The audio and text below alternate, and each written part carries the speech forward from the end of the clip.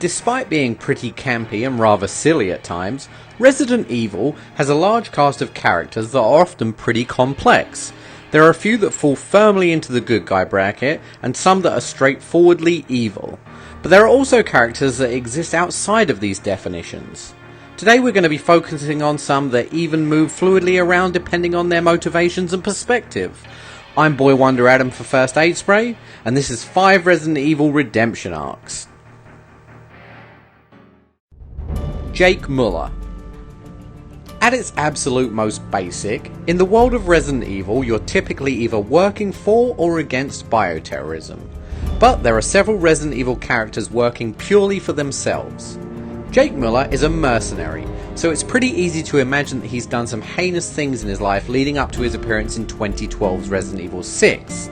However, when coerced into teaming up with the DSO's Sherry Birkin, the two strike a deal: $50 million for 1 pint of Jake's blood, which it seems holds important immunities to the C-virus threatening to ravage the world at this time.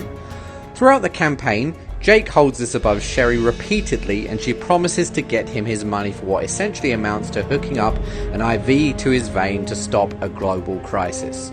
Charming. However, as time goes on, a lot of Sherry's warm and dutiful personality rubs off on Jake, and the son of Albert Wesker gets perhaps the best character arc of the entire game.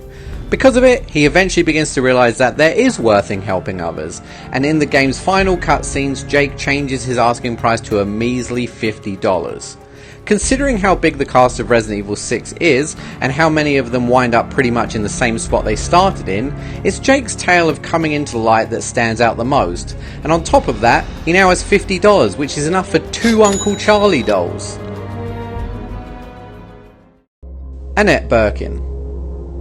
Mother to Sherry, wife to William, and esteemed Umbrella biochemist Annette played an important role in the original Resident Evil 2 as an insight to both the downfall of her husband and the trauma of her daughter.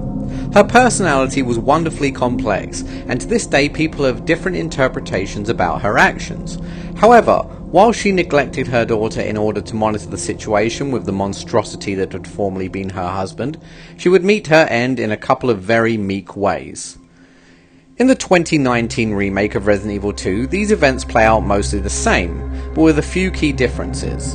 Annette can be seen actively attempting to stop her husband by using anti-BOW weaponry.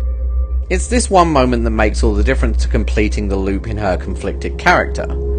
Previously, she can be seen chastising Leon for working with Ada, warning Claire that William is after Sherry, but never seems to be taking a role in actually attempting to stop the beast below Raccoon City. It hardly makes up for her work on the G-Virus and her tendency to put her laughably evil scientific experiments before her own daughter. But at the very least, she takes a stand before her death to stop the monster formerly known as her husband. Brad Vickers. Chicken Heart is a rather unfortunate nickname for STAR's Alpha Team's rear security and pilot, but it's not without merit. After all, the opening to the original Resident Evil story starts with Vickers flying away in the team's only escape vehicle like he suddenly remembered he left the oven on in the office, dooming them to escape the jaws of the Cerebi and venture into the Spencer mansion. In the original 1999 Resident Evil 3, Brad continues his cowardice by acting as a warning to colleague Jill Valentine and the player that the Nemesis was something to be feared before he met a grisly end at the hands of the Tyrant. However, in the 2020 retelling of these events, one thing that was really nice to see was Brad doing more than looking out for number one. In the opening scenes of the game, Valentine and a wounded Vickers find themselves under attack in a deserted bar. With Brad already bitten, he makes his last action count for something as he lets Jill take the escape route at the back of the room whilst he holds off the hungry horde himself. It was a small but nice touch, and a simple act that made Brad a more realistic and likeable guy. Barry Burton. Perhaps the single most wholesome character in Resident Evil, Barry Burton is a beacon of warmth and compassion, and a father figure to several of the game's leading men and women. This is what makes it all the worse when Wesker uses him for his own malicious gain by blackmailing Barry with the safety of his family.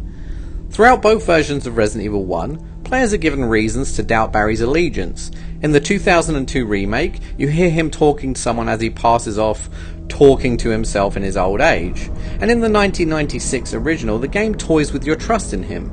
There's instances of Barry leading Jill down a hole in the mansion and then dropping the rope, only to come back several minutes later if you're still there.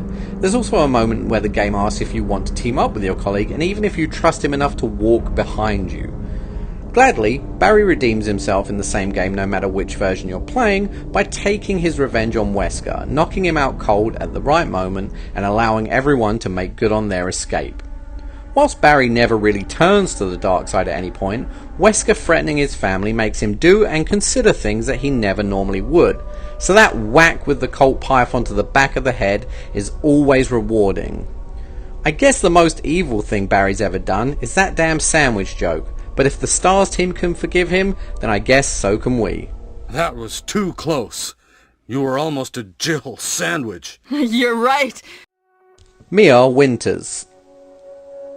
Whilst Resident Evil 7 opens with a very sweet video message intended for her husband, Mia Winters is not your average girlfriend character.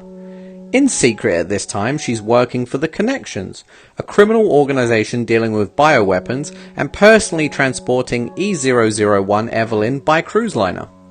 Of course, everything that could go wrong does. Mia winds up in the thick of everything, infected by Evelyn's mind-controlling power, and years later, when Ethan arrives on the scene, his beloved flips wildly from the woman he once knew to a monstrous ghoul intent on causing him harm. Importantly, Mia does get a chance to make it up to Ethan and make peace with her wrongdoings. In the non-canon story where Ethan cures Zoe, she simply finds her way on board the shipwrecked cruise liner to save Ethan from suffocating under Evelyn's mould, before turning one final time. However, in the true version of events, she threes Ethan and forces him out of the room before Evelyn can take back control. Even knowing the horror she had previously lived through for years under Evie's influence, she sacrifices herself so that Ethan can get away and put an end to the horror that this little bioweapon has caused. And that's 5 redemption arcs in Resident Evil. What did you think of the entries? Let us know any others you might consider in the comments below, and please subscribe to stay up to date with all of our video and podcast content. I've been Boy Wonder Adam, and have a week.